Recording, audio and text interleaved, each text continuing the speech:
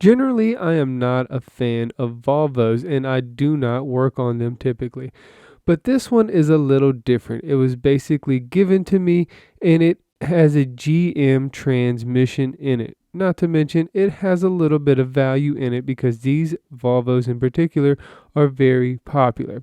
Now, this model is a 2004 Volvo XC90 T6.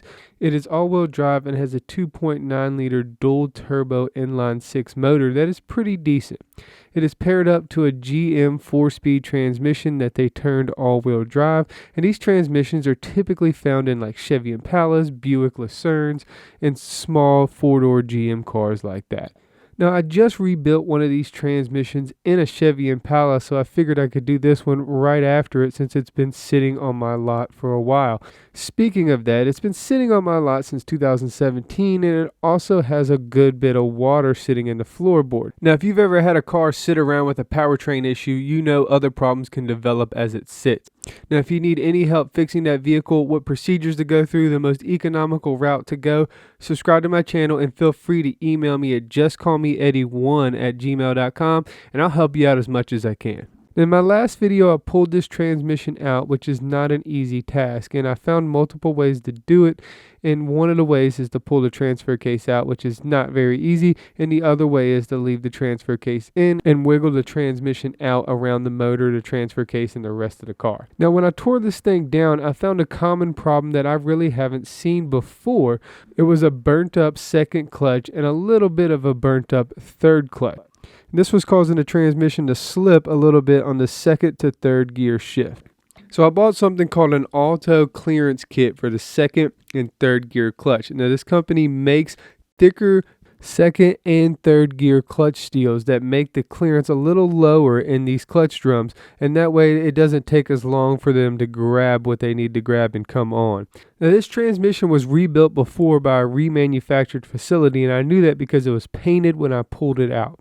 Now, I have no idea where this transmission was rebuilt, but they did not stack these drums up quite right. So I got all of that correct. We put it all back together and stuck it back in the car, and guess what? We had no third gear. So I'm like, what happened? Unfortunately, we had to pull the transmission back out of this vehicle, and when we pulled it back out, we found that I had blown an O-ring on the third gear clutch. So I figured that was it. So I ended up pinning the original O-ring that was on this transmission when I pulled it out back in that clutch drum, and we put it back together. It air checked, and I put it back in the car, and guess what? Yeah, you guessed it. It did not work again. No third gear. Again, same exact problem, went through all that work and aggravation just to have the same exact problem when we drove the car again. So at this point, I was very good at the removal of this transmission, and I got this thing out pretty quickly, and we pulled it back out, and we didn't find anything wrong with it. We went through the whole transmission and didn't find a single thing wrong that would have caused this problem. So we ended up buying a new third gear input clutch drum. And this thing was not that expensive. It was only about $90, and we probably should have done this to begin with during the first rebuild. But now we're on the third R&R and the third teardown, and we're going to put this third gear and input clutch drum in, and then we're going to go through the entire unit with a fine-tooth comb. We're going to look at every single valve, every single part, which we did on the first rebuild, but we did not go through the valve body thoroughly because we found a solid problem in the clutch drums, and we figured this transmission was probably shifting fine if we corrected the clearance in the clutch drums. Unfortunately, we were wrong because upon further look into the valve body, we found a problem with the 2-3 shift valve. And this was a problem I have never seen before as well. I'm not sure if this is a Volvo thing or if it's just a thing that they did at the remanufactured facility when they rebuilt this transmission originally. But this 2-3 shift valve was not like the one I had pulled out of the Impala, and I actually went back and referenced my video on the Impala to see what that looked like. And it was a different valve. This is our 3-2 shift valve. It goes in this port down here and goes way all the way back here. If you look in our book here, you see that that's the valve right there, 357. And that doesn't look like what we got over here. It does not look the same. The only thing that does look the same is the back end. Picture, it shows this part of this valve being on this valve. So technically that's supposed to be connected, and then that part right there is attached to the back 3-2 shift valve. Now, to understand why this is a problem, you have to understand how the valve works. Now, a valve has certain what we call landing spots or thick spots on it that when lined up with these ports will either block or allow fluid to pass through it. As my father calls it, they are essentially doors that open and close to allow fluid to pass through them. So we found out that this different valve was either put in backwards or wasn't lining up properly and did not allow fluid to pass through it to get to the third gear clutch. Luckily, I had a valve body from a GM model transmission sitting in the back, and we took the 2-3 shift valve out of that, put it in this valve body, and we got it to work properly. At this point, I was questioning everything inside this transmission, so I still went and looked at everything very diligently. Looking it over, I couldn't find any more problems, so I figured I'd just go ahead and put it back together, go right by the book, make sure it's exactly how it's supposed to be, and put it back in the car. I had a feeling this was going to be my final R&R on this transmission no matter what, because if it didn't work, I was probably sending it to its grave. Thank God, once I put it back in the car and I had every bolt torqued down to spec, it worked properly, and we had third gear, and it felt so good to hit third gear, shift right into fourth, and have good TCC apply, and I was able to even drive this thing on the interstate. It was a little risky on those tires, though. Now I had one final project to complete on this car, and that was to get all the water out of the floorboard. And the passenger side floorboard was just flushed with water every time I pressed the brakes, so I figured there was some water sitting in the back of this vehicle somewhere, and boy was I right. We actually got our Volvo back together, and it's ready to drive.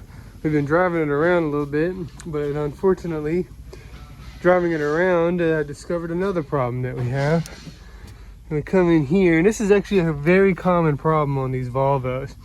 And you come in here, you can see that this floor right here is, you can see that on camera, but there's some moisture in there in that floorboard. Underneath, this is the PCM right here. You look underneath there, you can definitely see some residual water. Oh man, this is not ideal. Oh goodness gracious.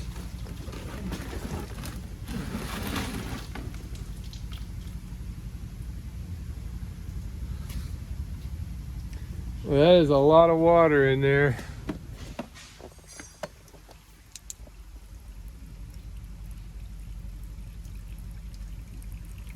Give you a reference here.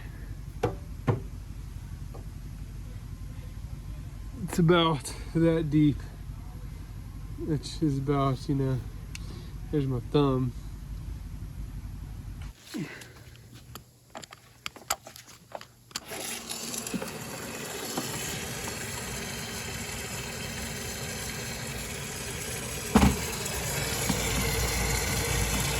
Something pumping some water out of here.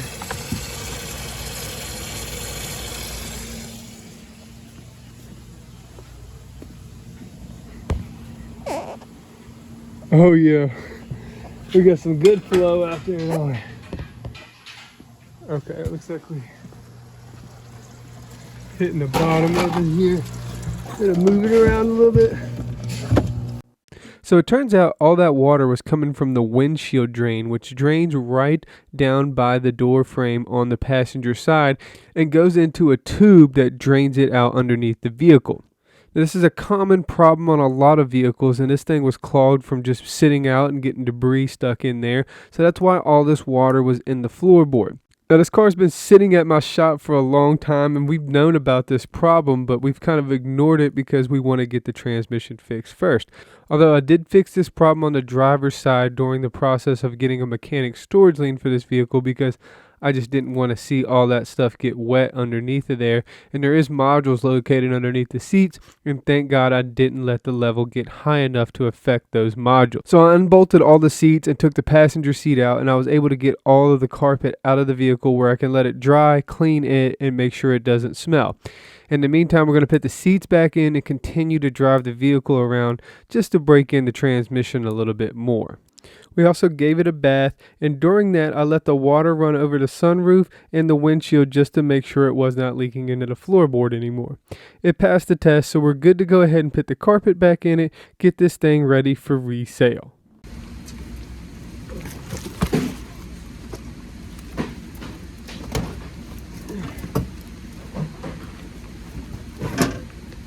Well, the good thing is it's nowhere near as heavy to put in now.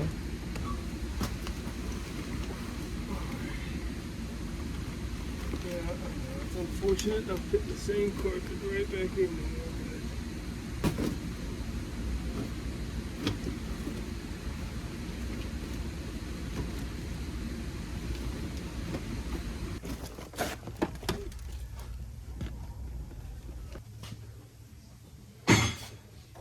We got our Volvo looking nice and pretty up here. Looks brand new. It smells brand new inside too. Smells great. I even put a nice floor mat in there. Our floor is nice and dry. Smells good. Everything looks good in here.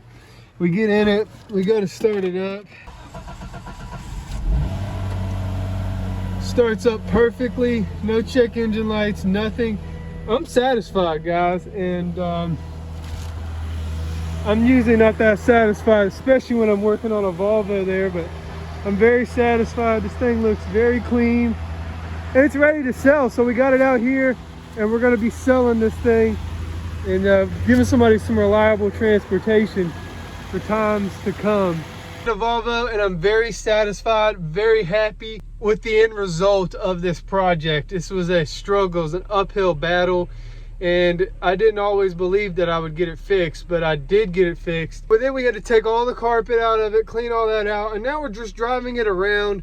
We're gonna drive it around for a little bit. We're gonna leave it out front, see if anybody wants to buy it. I'm sure they will. And we're gonna find a nice home for it to provide transportation for somebody for a long time to come.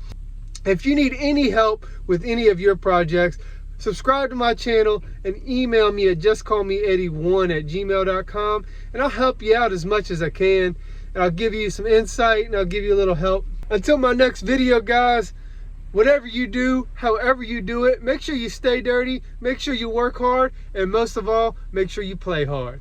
You can just call me Eddie.